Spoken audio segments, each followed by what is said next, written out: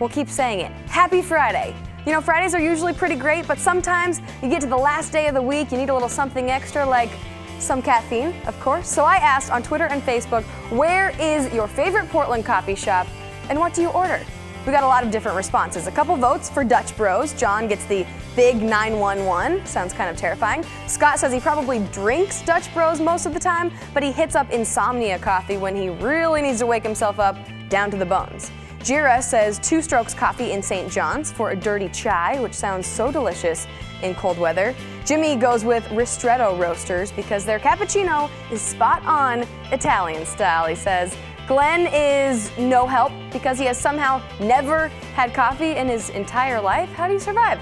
And last but not least, there's Guido, who loves coffee so much that he can't name a favorite shop off the top of his head, but he likes to order what he calls an Octopia, which is 8 shots of espresso in a cup. I think that would actually kill me. But hey, whatever works for you. In Portland, which is definitely excellent news for all the coffee drinkers. But one coffee shop is particularly well known for their elaborate pour-over process, and they just opened a new location downtown. So today, I went to the Coava Coffee spot downtown to see if I could learn how to make an excellent cup of pour-over coffee. I've made French press coffee before. I've made some instant coffee. Don't like to admit that in a very nice coffee shop. I do not know how to make pour-over coffee. You think you can teach me? It's a lot of fun. I can teach you. Want me to show you how? Sure. One of the key components is fresh coffee. We add it into the filter. It's a custom filter. We have a scale so we can measure everything and keep consistency. We start our timer and we just pour right in the center. We're really just trying to saturate all the coffee and then stop. And it's pretty exact, like 45 seconds. Yeah. Yep, at 45 seconds we pour again. This is the hard part, it's figuring out how to use this kettle. But we pour right in the center and we lift the volume a little bit and then we start trying to mix it together, but we're being gentle. We want to get as much of that coffee mixed back into the center as we can without getting too close to the wall.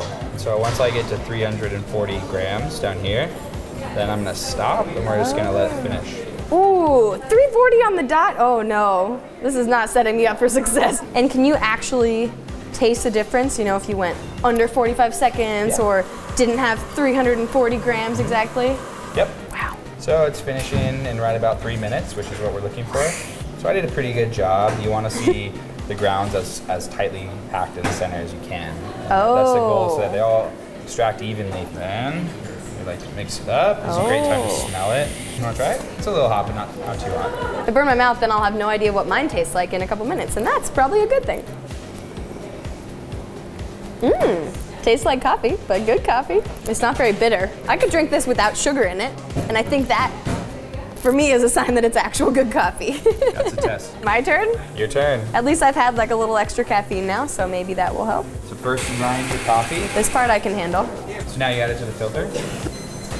And you can pick the filter up and kind of even it out by just gently tapping. Oh yeah. This feels like I'm doing something that is barista worthy.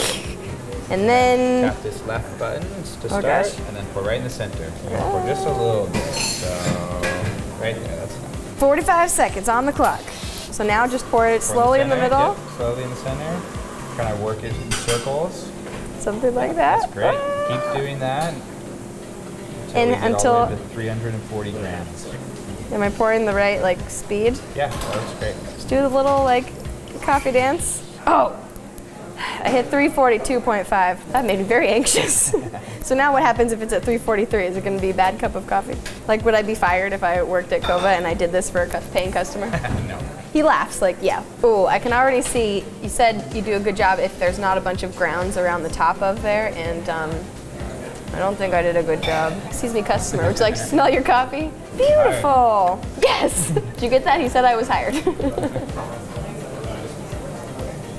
I think it tastes good. I don't know. Now I forgot what the other one tastes like. I might be making this up, but it might taste a little more bitter than the other one, but I might have just had too much coffee by this point. I don't know. We have to get our official taste tester, Tom Tuttle, over here behind the camera to see if he can tell which coffee I made and which coffee John made. You have no idea which one is mine and which one John made? Nope. Okay, let's give it a try. Dang it. Oh, did you just spill? That tastes like coffee. It's pretty good. Okay, okay. Second cup. Huh. They're both good but different. I like the overtones here. I would say I like this one slightly better.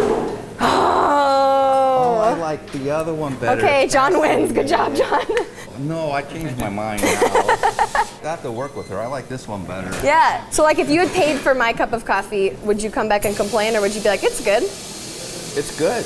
Definitely good. Tastes like coffee. Okay, good. No, they're both good. It's just slightly, I was really surprised. This has a slightly depth. Wow. And if it's brewed Depth. This is a little shallower flavor. Depth if it's not. No idea what that means. I guess we'll leave the coffee making and the official coffee tasting to the professionals. The new Coava Coffee location is at Southwest 11th and Jefferson, conveniently right down the street from KGW. They're open from 6 a.m. to 6 p.m. and today was officially their grand opening.